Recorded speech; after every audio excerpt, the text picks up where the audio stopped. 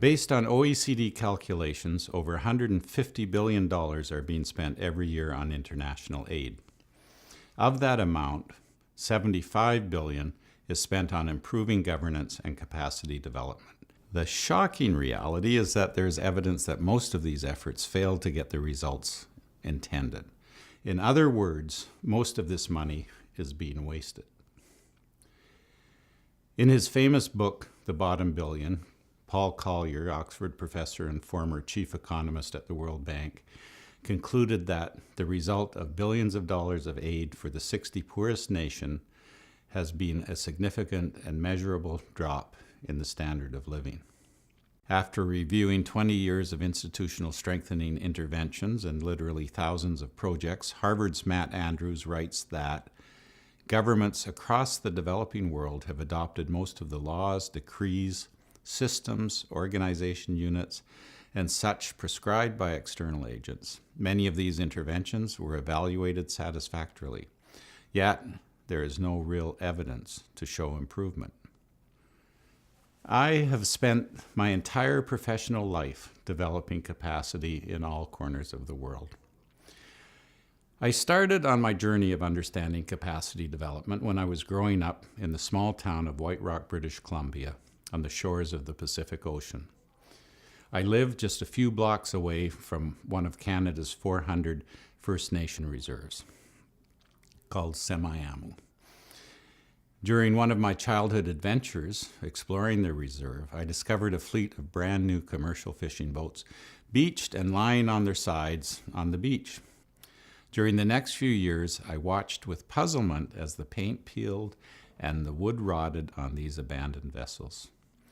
My questions about why they were there and not used led me to find out that the government had sent every coastal First Nations a similar fleet of brand new fishing vessels as economic aid. The problem was that no one in Ottawa had bothered to find out if the Semiahmoo were fishers or not, if they wanted the boats, or in fact, if they would ever use them. The intention of improving the capacity of the First Nations was admirable, but how they went about it was not. Over the years, there were many other interventions like the fishing boats, all getting the same results because in spite of good intentions, the model or approach taken was doomed to fail. This approach to capacity building has been called many things, including globalization of best practices, the thing theory of development, the cargo cult, and blueprinting. I call it the standard model. My work has demonstrated that there are promising alternatives to this standard model. Imagine if the money spent on all these boats and the millions more spent there and elsewhere had been used differently. Imagine if instead of distributing things like fishing boats, the same resources were used to develop the capacity of the Semiahmoo.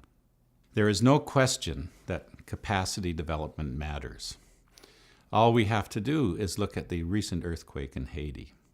In my book, Bright Spots in International Capacity Development, I quoted Canada's former Governor General, Michel Jean, who, in an emotional speech, said, "What killed them was not an earthquake.